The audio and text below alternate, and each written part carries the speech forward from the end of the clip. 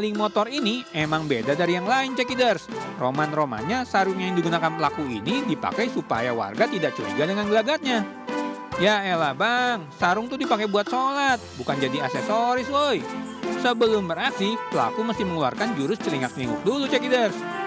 Merasa sudah aman, maka pelaku mencoba merusak kunci motor. Namun endingnya pelaku gagal mencuri, cekiders. Bang maling harus rela pulang dengan harapan palsu. Ya udah sih bang, daripada kerjanya maling mulu, mendingan cari kerja yang halal.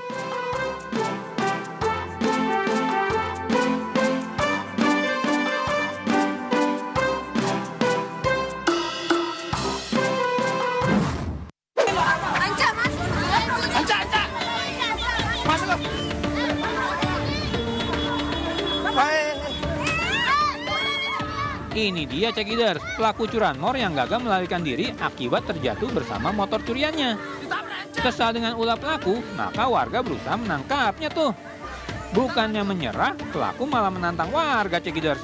Endingnya itu pelaku curanmor justru jadi bulan-bulanan warga. Di waktu yang tepat, polisi langsung mengamankan pelaku dari amukan warga.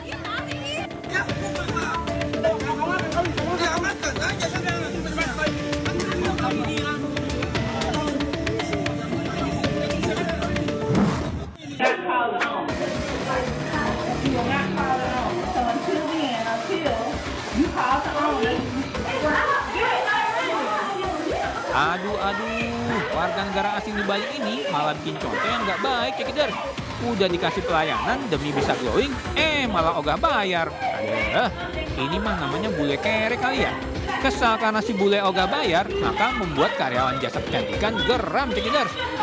Keributan keduanya pun tak terhindarkan, sehingga mereka terlibat aksi tarik-menarik. Usut punya usut, dari keterangan isi chatnya, WNA ini bukannya membayar, malah mencari masalah kepada karyawan dan bahkan berniat merampas uang di kasir.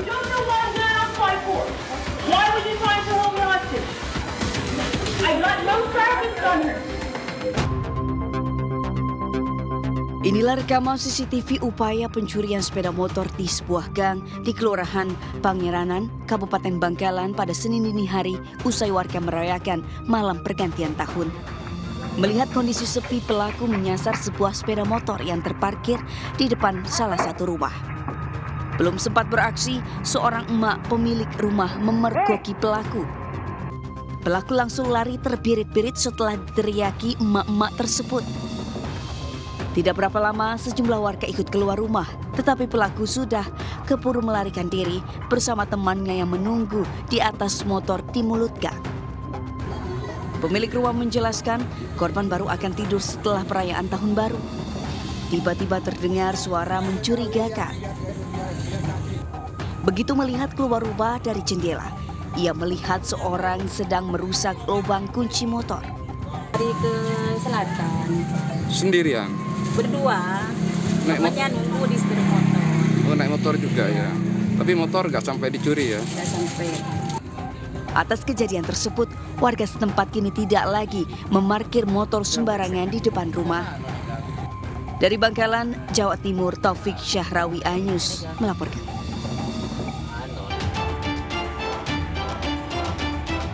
Seperti inilah aksi dua pelaku pencurian tabung gas di sebuah warung di Jalan Merdeka, Mandailing, Natal yang terekam CCTV. Dua orang pelaku yang datang ke warung dengan berboncengan sepeda motor sudah berbagi tugas. Satu pelaku masuk ke warung berpura-pura membeli sesuatu untuk mengalihkan perhatian pemilik warung. Saat bersamaan, suatu pelaku lain bertindak sebagai eksekutor. Begitu merasa kondisi aman, keduanya pergi dari warung sambil mengambil sebuah tabung gas 3 kg. Pencurian tabung gas di warung milik Nur Hidayah ini sudah terjadi 2 kali. Diduga pelakunya merupakan orang yang sama. Satu nampaknya sama, mirip-mirip, nampak gitu. Tapi kalau yang satunya lagi nggak beda-beda. Oh, itu modusnya gimana untuk caranya? Pura-pura beli dulu atau gimana? Pura-pura beli. Satu beli, satu ngambil gas gitu. Satu perhatiin orang ada. Saat kakak lengah gitu ya? Iya. Geram karena 2 kali kemalingan, pemilik warung langsung menyebar rekaman video CCTV ke media sosial agar menjadi viral. Korban tidak melaporkan kasus yang menimpanya ke polisi. namun berharap video yang viral membuat pelaku malu dan tidak mengulangi perbuatannya. Dari Mandailing, Natal, Sumatera Utara, Ahmad Hussein, iNews melaporkan. Diduga remblong, pemirsa, sebuah mobil minibus syarat penumpang terjun ke jurang di Banjarnegara, Jawa Tengah.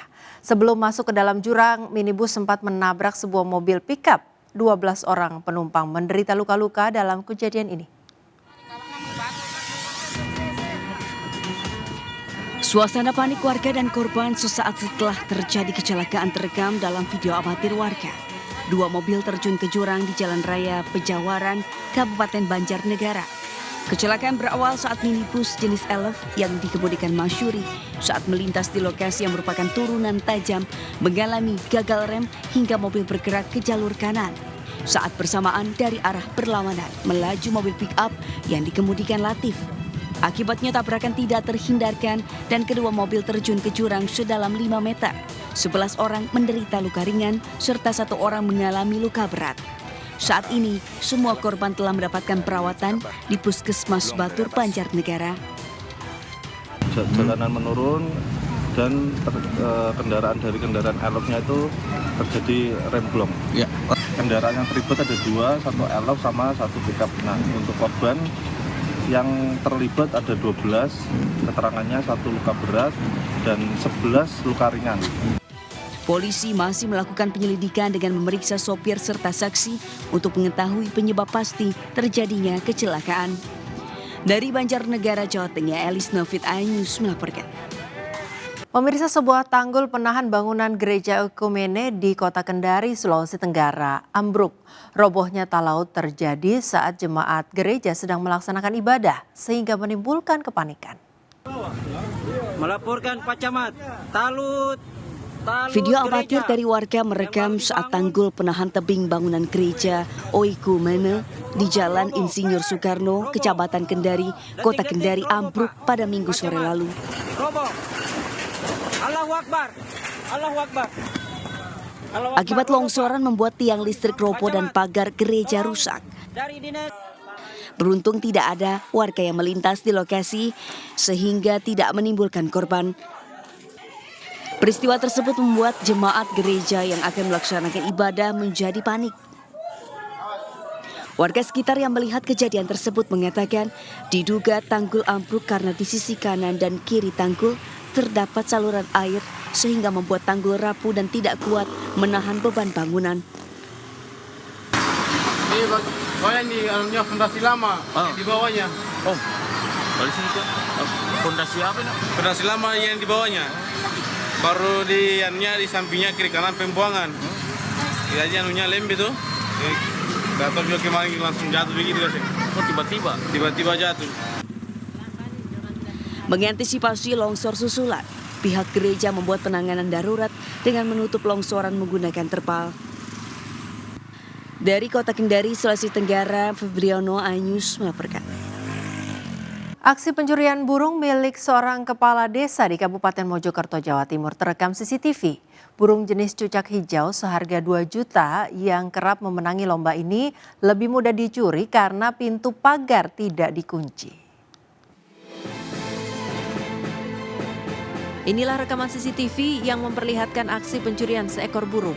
Dalam rekaman tersebut terlihat seorang pelaku berpura-pura menerima telepon sambil membuka pagar rumah korban. Setelah pintu pagar terbuka, pelaku langsung masuk ke dalam rumah dan mengambil burung cucak hijau beserta sangkarnya. Setelah berhasil menggondol burung tersebut, pelaku kabur dengan motor bersama seorang rekannya. Aksi pencurian burung ini terjadi di rumah kepala desa Terusan.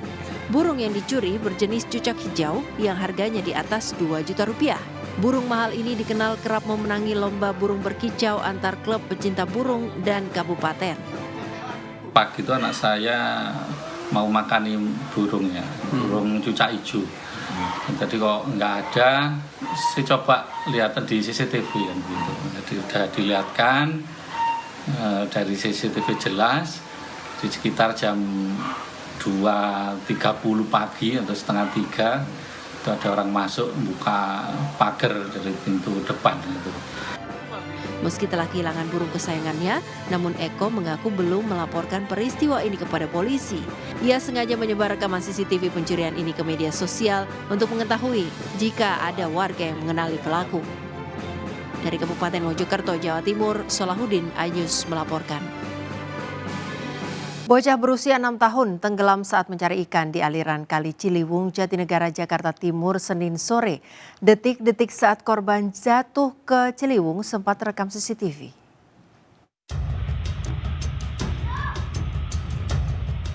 Dari rekaman CCTV terlihat korban AR berusia 6 tahun sedang mencari ikan bersama temannya di pinggiran Kali Ciliwung. Korban tiba-tiba saja tercebur dan sempat meminta tolong sebelum tenggelam. Sejumlah warga sempat terjun ke dalam kali untuk menolong korban. Namun korban tidak berhasil ditemukan. Petugas BPBD Jakarta Timur yang datang ke lokasi langsung melakukan pencarian. Pencarian dilakukan dengan menggunakan perahu karet menyusuri aliran Sungai Ciliwung. Radius pencarian dilakukan seluas 1 km dari lokasi tenggelamnya korban. Jadi memang kita sudah ada himbauan untuk anak-anak tidak boleh berkegiatan di pinggir kali, nggak boleh main di pinggir kali. Memang ini mungkin pas dari libur juga ya. Anak-anak tadi nyari ikan kemudian ya ikannya kepleset. Jadi sesuai dengan SOP kita, pencarian setelah jam 5.30 atau 6.00 itu akan kita hentikan dan akan kita jadikan esok hari. Hingga Senin petang korban belum ditemukan dan pencarian terhadap korban akan terus dilakukan. Dari Jakarta, Rio Manik, iNews melaporkan. Pemirsa, lonjakan kendaraan arus balik tahun baru terjadi sejak Senin siang hingga malam di ruas tol Purbalenyi. Arus balik libur panjang Natal tahun baru diperkirakan terjadi hingga Selasa dini hari. Antrean dan kepadatan kendaraan terjadi di ruas tol Purbalenyi, tepatnya di rest area kilometer 125 Kota Cimahi. Ribuan kendaraan yang didominasi mobil pribadi dari arah Bandung menuju Jakarta harus melaju dengan kecepatan rendah akibat kepadatan kendaraan saat arus balik Natal tahun baru. Lonjakan volume kendaraan arus balik ini sudah terjadi sejak Senin siang, bahkan petugas sempat menutup rest area 125 karena sudah tidak mampu menampung kendaraan. Ya pemirsa, kita ke informasi berikutnya. Jika berkesempatan datang ke Tanah Rencong Aceh, jangan lupa untuk mengunjungi Pulau Rubiah, Kota Sabang, Aceh yang disebut-sebut sebagai surganya para pecinta snorkeling. Seperti apa keseruan menikmati surganya snorkeling yang ada di pulau paling barat Indonesia ini? Berikut liputannya.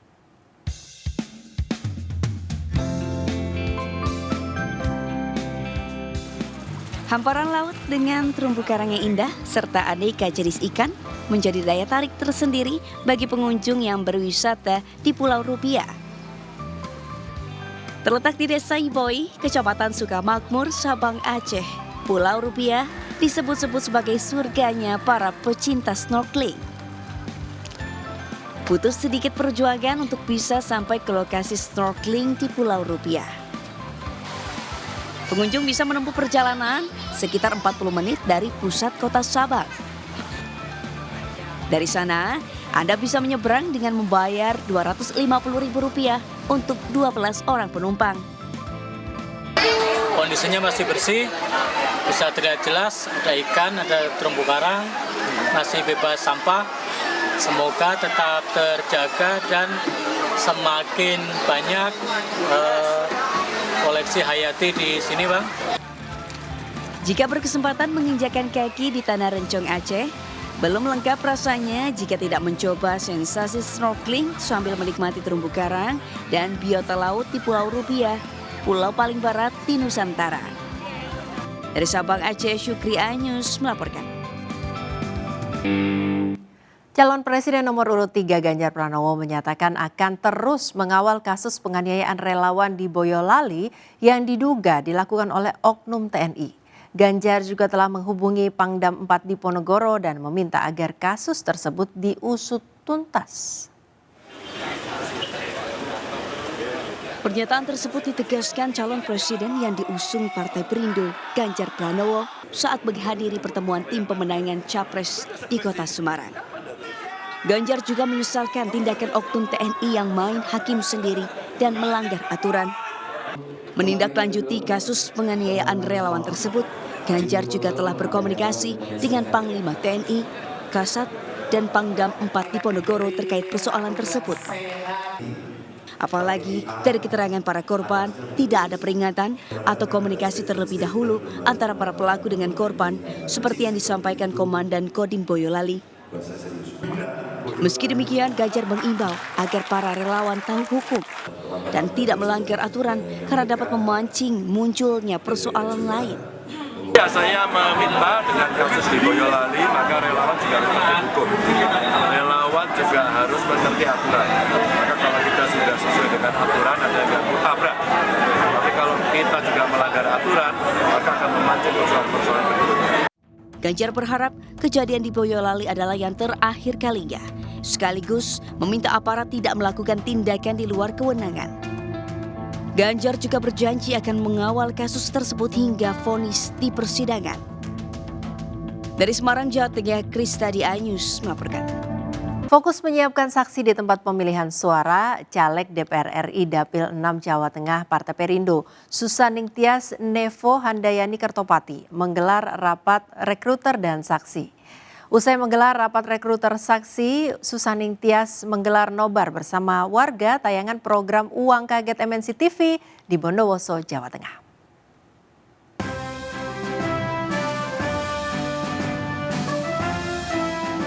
Caleg DPR RI Dapil 6 Jawa Tengah Partai Perindo Susaning Tias Nevo Handayani Kertapati menggelar rapat rekruter dan saksi di Kabupaten Purworejo, Jawa Tengah.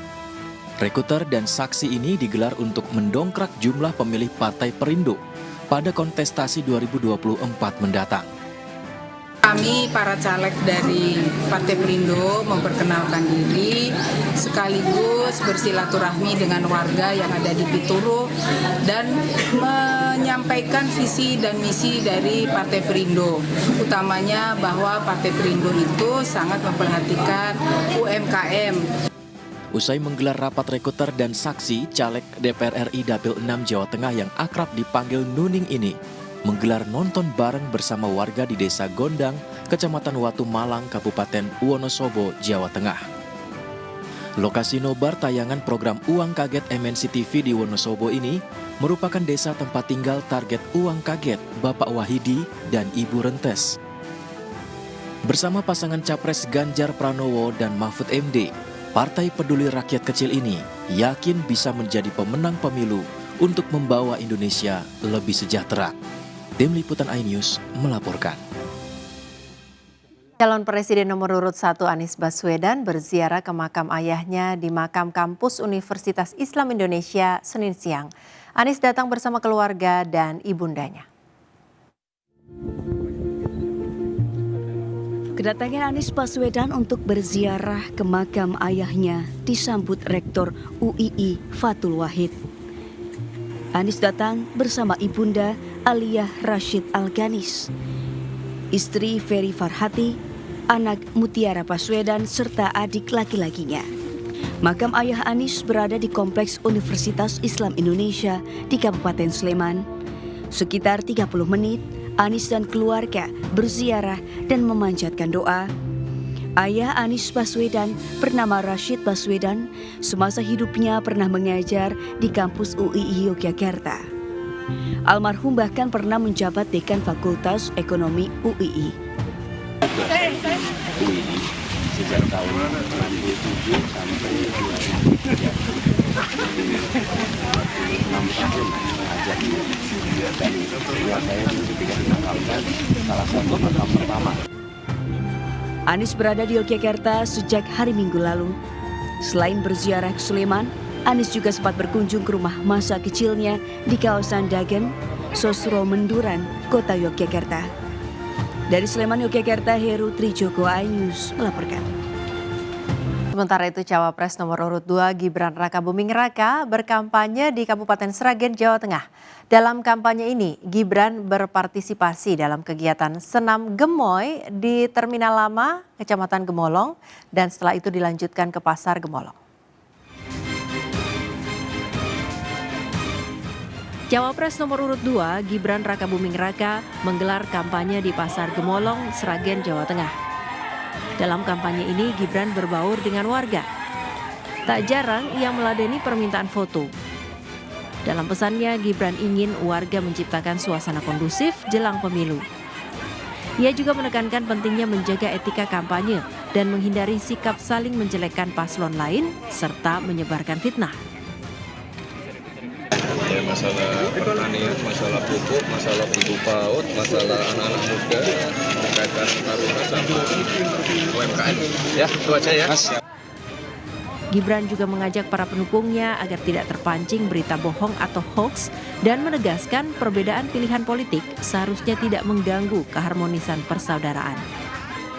Dari Sragen, Jawa Tengah, Joko Piroso, iNews melaporkan. Setelah mendapat keluhan dari wisatawan yang berkunjung ke Batam, akhirnya Bawaslu mencopot baliho pasangan Prabowo Gibran yang terpasang di monumen Welcome to Batam. Menurut Bawaslu, baliho kampanye dipasang tidak sesuai zona yang ditentukan.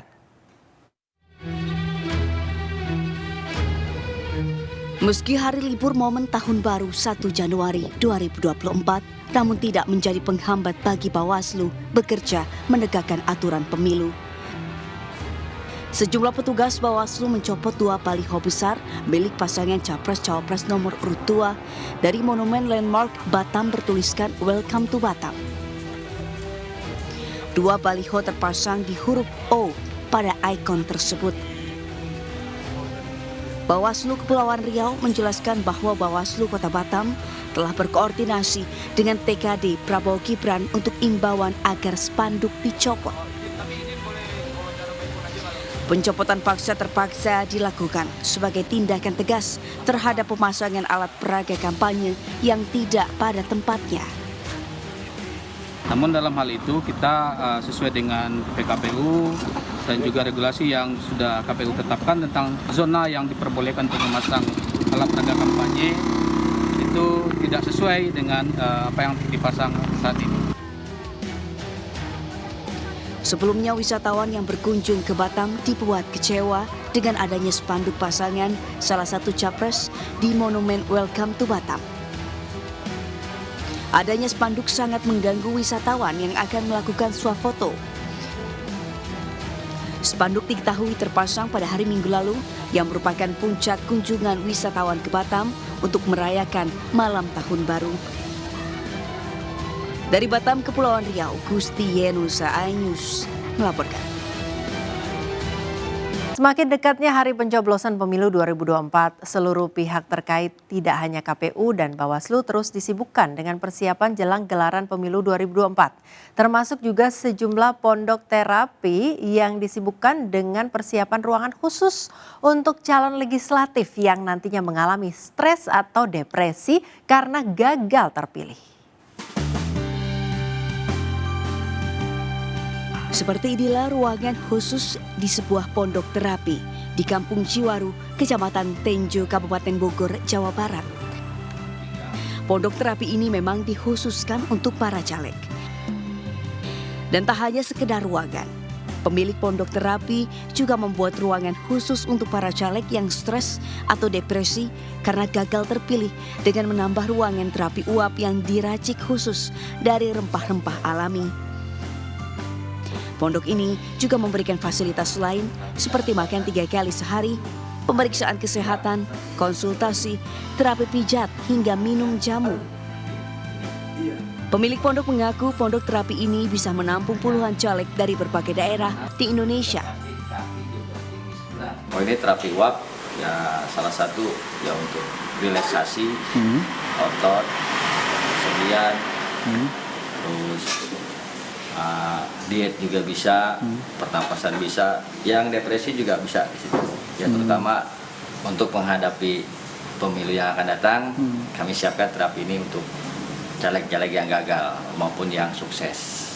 Sering bang kesini? Ya baru kali ini sih kesini. Sini ngapain? Ya intinya saya kesini berobat, terapi. Alhamdulillah tadi sudah dalam artian sudah langsung diiniin terapi dari sakit pinggang, kepala suka sakit, kayak yang depresi. Tadi juga ada di uap juga, tapi alhamdulillah sekarang udah agak mendingan. Hingga kini, pondok terapi caleg depresi karena gagal terpilih ini sudah menyembuhkan sedikitnya 57 caleg yang sudah menjalani rehabilitasi diri di pondok terapi. Dari Bogor, Jawa Barat, Iwan Setiawan, iNews melaporkan. MNC Peduli bekerja sama dengan Suku Dinas Kesehatan Jakarta Pusat menggelar pemeriksaan kesehatan gratis untuk pekerja wanita di Jakarta Pusat. Program ini bertujuan agar kaum perempuan mengetahui kondisi kesehatannya. Ratusan karyawan wanita MNC Group antusias mengikuti program pemeriksaan kesehatan gratis yang digelar MNC Peduli bersama Suku Dinas Kesehatan Jakarta Pusat di iNews Tower Kebon Siri. Pemeriksaan ini dikhususkan bagi karyawan wanita yang meliputi screening penyakit menular dan tidak menular, kesehatan mental, serta penyakit yang berkaitan dengan kewanitaan. Untuk pemeriksaan untuk saat ini menurut saya itu cukup baik dan bagus karena saya rasa sangat jarang banget untuk pemeriksaan wanita, apalagi untuk ngetes bagian untuk serviks dan payudara. Menurut saya ini sangat bagus untuk misalkan diadakan untuk selanjutnya. Ini menjadi sebuah benefit yang bagus untuk karyawan di MNC Group ini, dan terima kasih MNC Peduli sudah membuat program ini dengan baik bagi karyawan kita semua. Kegiatan ini dinilai sangat penting dan berguna, khususnya bagi karyawan wanita agar tahu dan peduli dengan kondisi kesehatannya. Alhamdulillah yang tadinya sebetulnya kayaknya target kita cuma 100 dan ini melebihi. Dan saya berharap bahwa ini akan terus ya, tidak hanya satu kali ini tetapi akan rutin dilaksanakan oleh MNC kepada petugasnya minimal 6 bulan sekali. Pemeriksaan dini kesehatan wanita menjadi sangat penting untuk membuat para pekerja wanita sehat dan produktif demi kemajuan perusahaan. Dari Jakarta, Nur Aryadina, iNews melaporkan.